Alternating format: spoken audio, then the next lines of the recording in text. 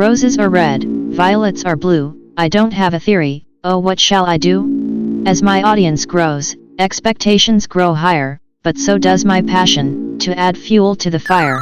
And while I still may be new, I've grown quite accustomed to pleasing the dreaded YouTube algorithm. So I turn to dark places, of which may betray us, I call upon you, the master of chaos. Oh. Hi Jevil. So, got any ideas for a theory? Chaos. You want chaos? Do you have the slightest idea how little that narrows it down?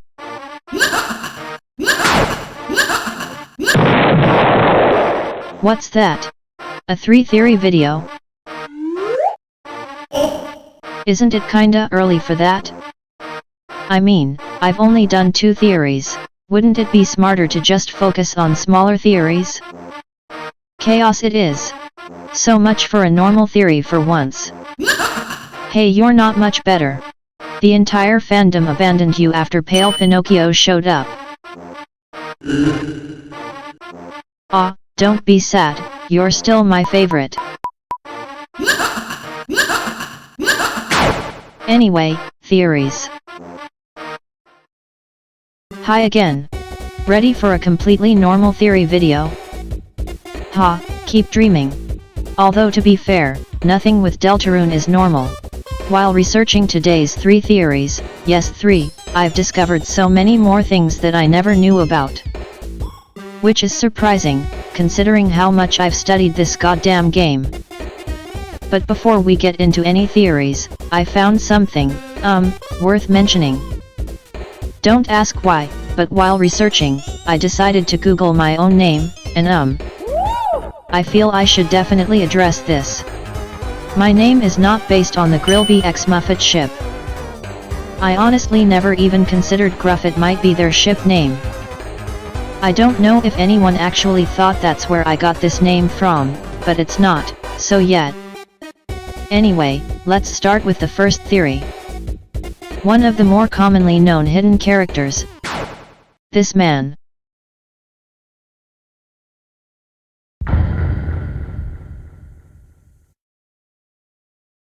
I'm sure by now almost everyone has heard of the man before. He's a mysterious character who was first found in Chapter 1, hiding behind a tree. After Chris interacts with him, he offers them an egg, before disappearing into thin air. The room in which the man can be found is also accessed at random. Whenever leaving the Starwalker room, there is a 2% chance of ending up in this secret room. Upon entering, only Chris is present, even though other party members still exist. The music that plays in this room is simply called man.ogg in the game files. Despite being a key item, the purpose of this egg is unknown, although it's most likely some kind of joke about Easter eggs. The only location in which this egg is used is Ascari's fridge. Normally when opening the fridge, all that's inside is a single pickle. But if you open the fridge while carrying this egg, Chris will place it inside without any prompt from the player. Upon checking it again, there are now 2 eggs inside. The man also shows up in Chapter 2, in 2 different locations. If the player collected the egg from him in Chapter 1, he appears in this car during the traffic jam sequence, where he will happily wave at Chris. After checking the car again, he'll once again have vanished.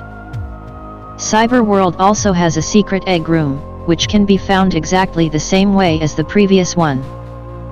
This time, it can be found in the dog dumpster room, the one you end up in after the annoying dog cuts scene.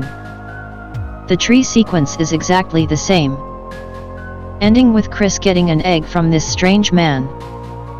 This time, the egg can be placed into an egg basket in Sans store. Susie will even joke about Chris reverse stealing. Temmie also has an egg, which when interacted with, will tell the player how many eggs they've collected so far. Aside from that, we know basically nothing about this man, or his eggs. At first I thought these eggs could only be seen by Chris, but Susie can at least see them. But if the game is keeping track of how many we've collected, clearly they'll have some bigger meaning in future chapters. For now, what can we tell about the identity of the man? Well, naturally, the fandom instantly pointed to Gaster, and honestly, it makes sense. The layout and method of accessing the man's secret room is almost identical to Gaster. Both of them are referred to as man in the game files, and despite all the million pieces of fan art, neither of them have an officially confirmed appearance. But I actually had a different idea. Some hardcore Undertale fans may remember a character known as Grandpa Semi. Grandpa Semi was a cut character, who supposedly was supposed to be the grandfather of Sense and Papyrus. Back in the Undertale demo, there was an audio file named after him, which was just the first few notes of Metal Crusher.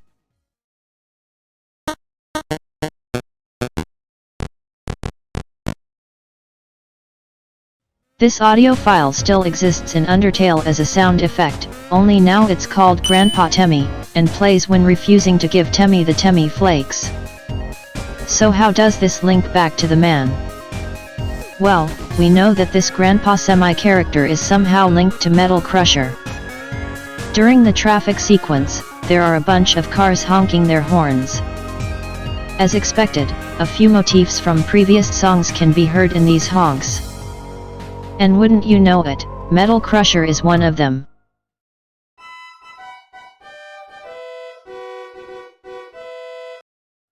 Does that mean the man could possibly be this Grandpa Semi? The Blue Keys do have a lot of motifs in Deltarune, despite not playing a large role themselves, at least for now. Nobody really knows how Sense and Papyrus Grandpa is connected to them, but he was a cut character after all, so for once, Toby might actually not be hinting at something. But Grandpa Semi isn't the only lead I got. I decided to do some more research, and boy am I glad I did, because I found something big. Get ready, because this next paragraph will be very, very interesting out. Aside from his fascination with eggs, the only other real connection to this man is the creepy piano melody that plays in his egg rooms. As it turns out, this isn't the first time Toby has used this melody. It's actually a fan song titled Waltz of Sekam Masada for the game Yum Nikki, which many will know, was also a big inspiration for Undertale.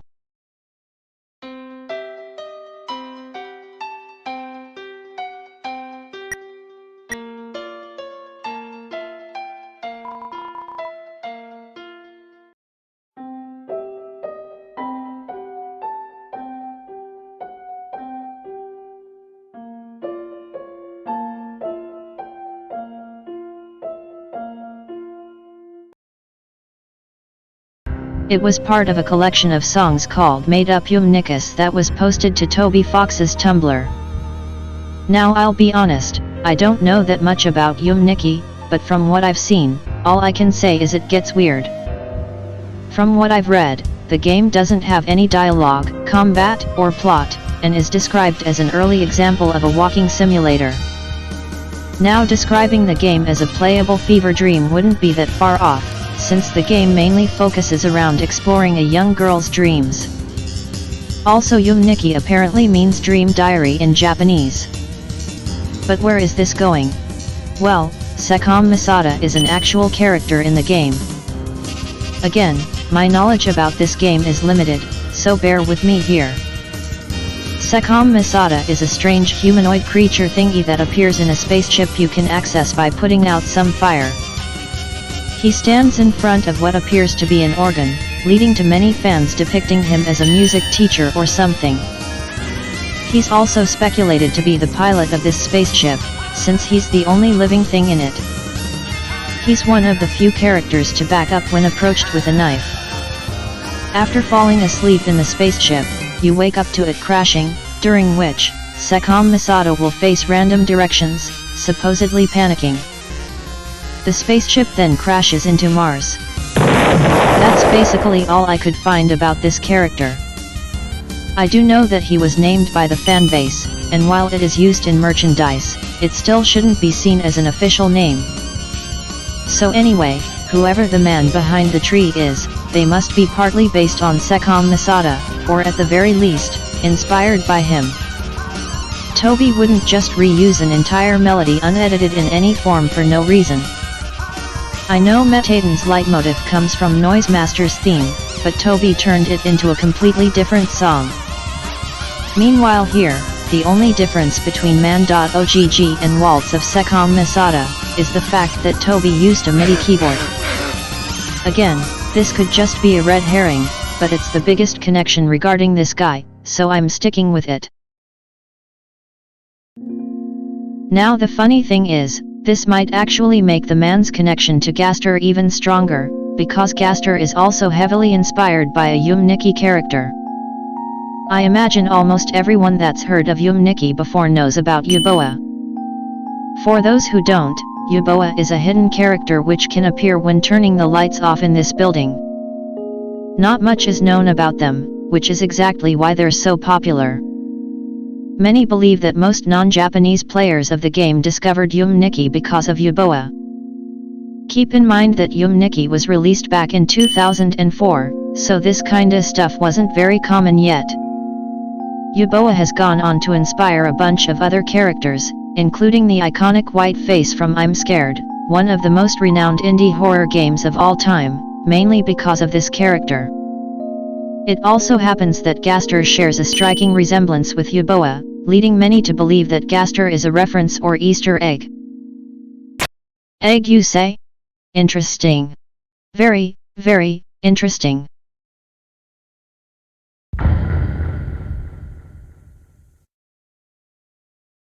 Next on the list, I have a question for you. What is a human? What is a monster? What is a Lightner? What is a Darkner? Okay, so maybe that's more than one, but still. I'm sure most people, including myself, have at some point made the mistake of labeling Lightners as humans, and Darkners as monsters, but really, can you blame us? The legend depicts Lightners and Darkners the exact same way Undertale's cutscene depicted humans and monsters. Combine that with the fact that we've never seen a Darkner human before, and you can see why so many of us assume that Darkness and monsters are the same thing. It only starts falling apart once you realize that almost all Lightners we know are also monsters. In fact, Chris is the only human in the entire game. So really, the question we should be asking is what monsters are. The term monster is never really defined in either of these games. From what we've seen, monsters can be anything from mythical creatures to inanimate objects. What is interesting is that most of the main characters in both games originate from animals. A lot of monsters do, which could be an interesting detail. But still, from what we've seen so far, it seems like every living organism that isn't human counts as a monster. Animals are again an exception here, more specifically birds and mice, but this also asks the question, what about Metaden and Queen? Neither of them are living organisms. Metaden is a robot, and Queen is a computer. So does this mean they technically don't count as monsters? Well, what exactly are robots made out of? This is actually the very first question we were asked during Metaden's quiz. According to him, it's metal and magic. We also know that Metaden wasn't actually born as a robot, and is actually a ghost who's apparently called Hapstablook. Monsters absolutely have the ability to turn a non-monster vessel into a monster body. Flowey is living proof of this. Queen is a bit different, since she was created by a dark fountain, and therefore wasn't given life in the traditional sense. She isn't a ghost monster that just happened to possess a computer, she very much is a computer. So is that where the line between monsters and Darkness is drawn? Maybe, but I'm still not fully convinced. So for now, I'm simply going to define a monster as whatever life form isn't a human.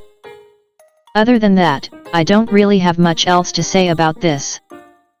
Ended up being a lot more straightforward than I expected.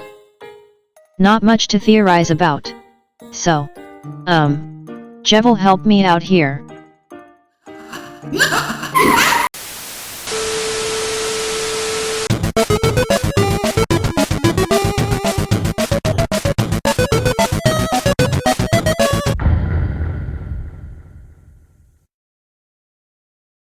For my third and final theory of the day, I want to talk about the chess theory. Some of you have probably heard of this theory already. If you haven't, definitely watch these two videos for a much better understanding of it, but to quickly summarize, the chess theory states that Deltarune is basically just one big chess game. Each of the main characters represents a piece on the board. Naturally, Chaos King and Queen would be the king and queen pieces. This is also backed up by how these characters move in the game. Chaos King barely moves at all, and even during the rare moments where he does, he moves one step at a time, just like the king piece which can only move one field at a time. Queen is the exact opposite to this. She zips and zooms around so much to a point where she feels like more of an ally than Susie and Ralsei. And it doesn't stop there. Not only does she move a lot, but in different ways. We see her walk, but we also see her run, fly, and crawl. Just like the queen piece, she will most likely unironically be the most mobile boss out of all the chapters. Going by this logic, this leaves 3 more bosses remaining, representing the rook, bishop, and of course, the knight. It just so happens that the next 3 chapters will all release at once, so that's neat. We can't predict which order they'll come in, but since Rudy mentioned something happening at the church the next day, our biggest bet is that the bishop will come first. Seriously, why does everyone think Chapter 3 will be themed around television channels? Chapter 2 was themed around technology and the internet, and it took place in a goddamn library. I'll also be interested to see how Toby depicts a character that can only move diagonally. Anyway, this still leaves the pawns. Who are they? Well, obviously, it's the fun gang. Or whatever you made them call themselves. Chris, Susie, Ralsei, Noelle, and Bradley. We'll also include Caddy and Jockington, since they both have text faces, and are heavily speculated to play a bigger role in future chapters, just like how Noelle and Bradley did. This leaves one empty slot, which could be for the player's vessel. We know it'll get used eventually. So there we go. The Dark World boss monsters are all represented by chess pieces, while the fun gang are the pawns. This is backed up even further in Chapter 2. What was Queen's ultimate goal? To make Noelle her willing peon. More specifically, to make Noelle create another fountain. She essentially wants to turn Noelle into a new Dark Knight. And how does she do this? By bringing her to the other side of the Dark World, just like how a pawn can get promoted to a knight if they reach the other end of the chessboard. So as you can see, there's already a lot to this theory. But I started thinking, and noticed a few issues. Firstly, if the next 3 bosses will be the rook, bishop, and knight, will there be 2 bosses per chapter? After all, there are 2 of each of those pieces. Then there are also the secret boss characters. How do they tie into all this? Lastly, who are we playing against? Actually, let's not ask that one. But seriously, what characters make up the other side? Well, I've done some thinking, and I think I got it. Remember how I said that the difference between humans and monsters has nothing to do with the difference between Lightners and Darkness? Well, let me ask you this. What exactly is chess? It's a board game with 2 teams, a white team and a black team. A light team and a dark team. That's right. The terms Lightner and Darkner have nothing to do with a character's species, but instead refer to which side of the chessboard they're on. This would make the board look a bit more accurate, since now, Chris and the others are actually playing against the boss monsters. Now already, there's a big issue here. Where does that leave Ralsei? He's a Darkner after all, so wouldn't that put him on the opposite team? Yeah, it would. But why would he be on the opposite side? Now I know there are already plenty of theories talking about Ralsei's possible future betrayal, and while I don't completely rule out those theories, that's not the reason this doesn't break this theory for me. But I'll get to that in a second. What about the other Lightner pieces? There are plenty of Lightners to choose from, so how do we pick who to put on our team? We could just go with the obvious choices. Toriel, Sans, Papyrus, Undine, Alphys and Ascari, but that's only 6. Maybe Metaton? But that's too much of a stretch for me. Let's start with the last pawn. Who could possibly replace Ralsei? Well, isn't it obvious? It's Asriel. I think we can all agree that Ralsei is a representation of Asriel in at least some way. His name is an anagram of Asriel, he looks like him, and he acts a lot like Asriel from Undertale. So he's definitely connected to Asriel, but how? Is he a reflection of him? A counterpart? Is he Asriel? Asriel did have a room in Queen's Mansion after all. That actually reminds me, I'm not fully convinced that Queen's Mansion is this closet. These rooms are clearly supposed to represent the accounts of everyone who's used these computers before. The rooms literally store their search history. This also explains why Jockington has a room, despite never really being mentioned until now. We know he frequents this library, so he's probably used the computers before.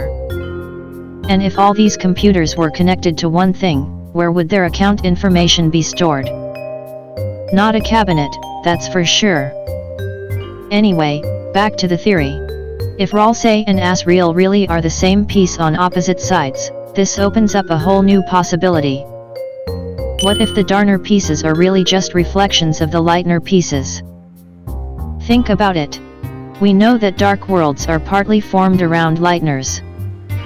Ralsei is so obviously connected to Asriel, that it's very much possible for him to essentially be a Darkner version of him.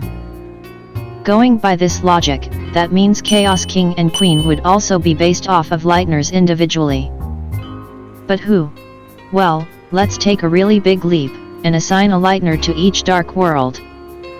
Castletown is obviously the player, but since Chris and the player are basically the same for now, we'll give Chris Castletown. This also kinda makes sense, since Ralsei basically treats Chris like the ruler, with him simply being a prince and not a king.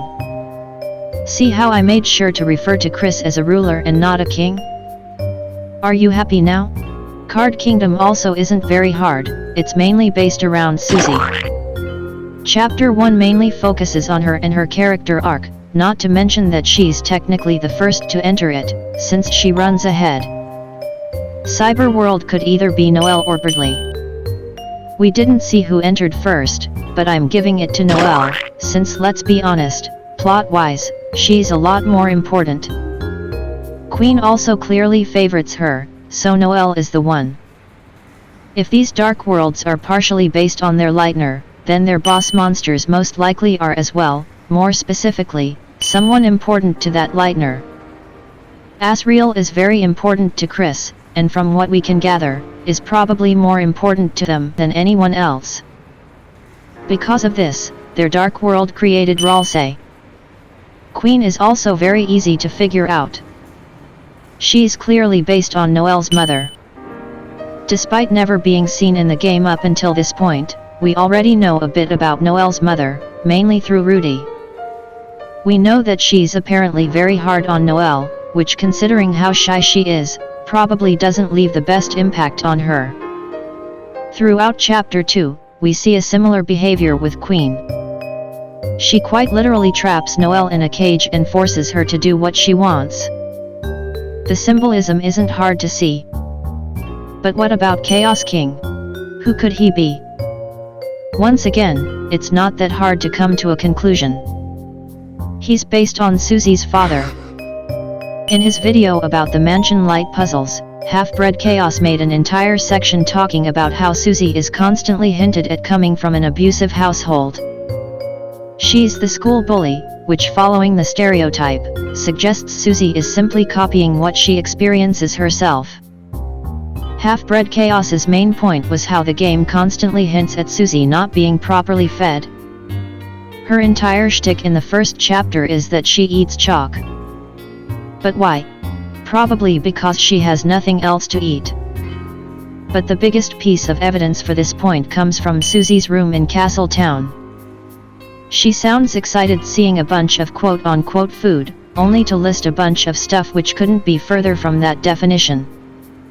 Now at first they may just sound like random items, but listen to the stuff Susie describes as food, through the eyes of a child who doesn't get properly fed by their family. Pine cones, chalk, moss, jars of salsa, pieces of ice, black crumbs from the toaster, and jawbreakers. Especially those crumbs from the toaster should set off a few red flags. Susie even acknowledges that the stuff she got excited about isn't actual food. There's also the fact that Chaos King perfectly mimics Susie's iconic "quiet people piss me off" line. Not only that, but at what point does Susie technically stop being a bully? The moment she confronts Chaos King, or to be more precise, the moment she confronts her father. This might also explain why she was so quick to sympathize with Lancer. She relates to him, because she herself has to deal with a horrible father. If my logic isn't flawed, that means our chessboard should look like this. My guess is that after Chapter 5, we shouldn't have any more blank spots. Now my guesses are nowhere near perfect, even following my logic of darkness being reflections of Lightners. For example, maybe the vessel is actually Chris's Darkner. When it comes to a literal dark reflection of Chris, I can't think of a single better candidate. So is the player actually a Darkner? And what about the secret bosses? Maybe they're the black pawns, but then who do they reflect? If we were still using boss monster logic here, Jevil would reflect Susie, and Spamton would reflect Noelle. But not only does that seem unlikely, but it also doesn't work for Ralsei. Because of this, I'm quite literally taking the secret bosses off the table for now. But hey, until Toby announces this Smash Bros. Character roster, we'll just have to wait and see.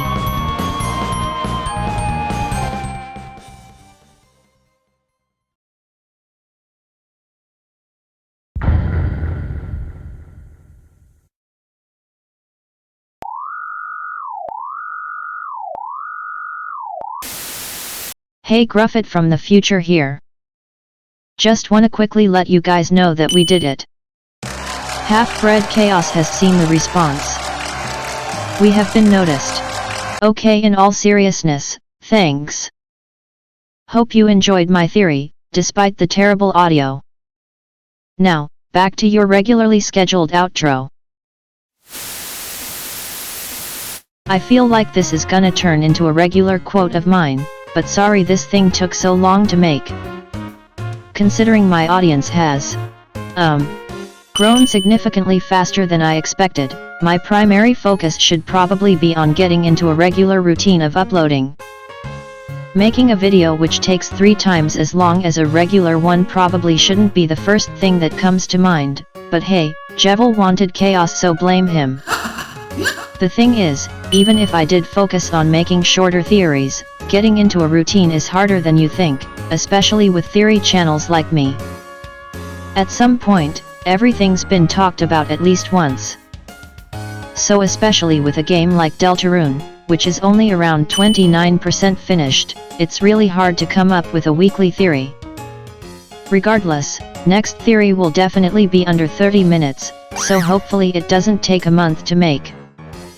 Oh yeah, and if you liked my rendition of the unused Chaos King theme, it should probably be up on my channel by the time you see this. I'll probably make more random remixes while writing scripts, if people want more of them. Until next time, Jevil, take it away. No, not like that.